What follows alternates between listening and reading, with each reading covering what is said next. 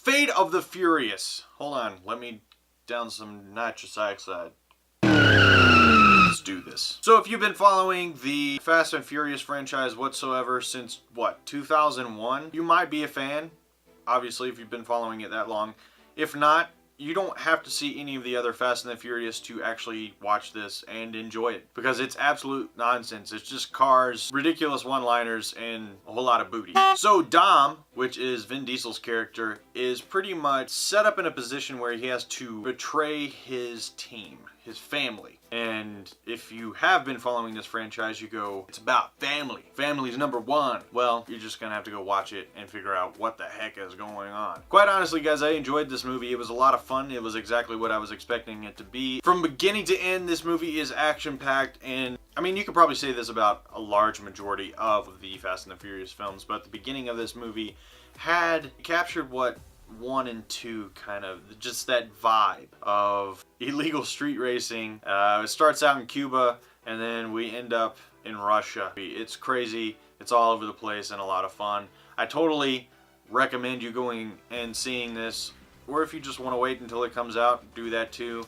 But this movie is totally worth watching. It's a lot of fun. One thing that I will have to say stood out the most in this film for me, it wasn't so much the cars as they usually do.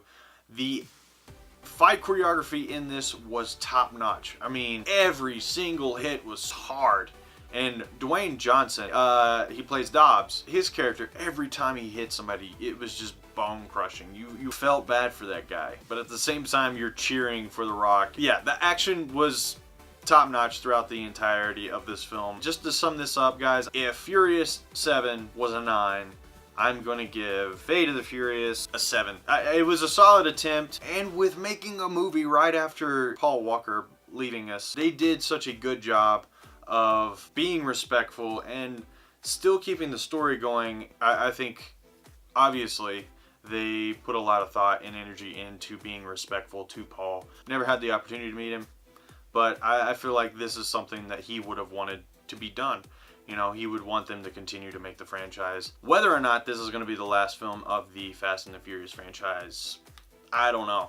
As far as I know, this movie, as I'm filming this right now, it broke a global record in opening box weekend. With that being said, we're probably going to be seeing some more, or the torch is going to be passed on to someone else, which, you know, that might be pretty cool. So there are my thoughts on Fate of the Furious. What did you think? Have you seen it yet? If you did, leave your comments down below. I want to know what you thought of the movie. Did you like it? Did you hate it? Did you think it was respectful? Did it meet your expectations? Let me know in the comments below.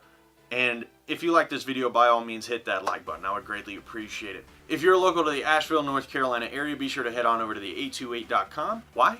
Because that's where the locals go.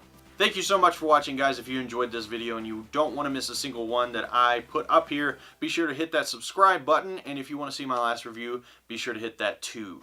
And you guys have a fantastic day.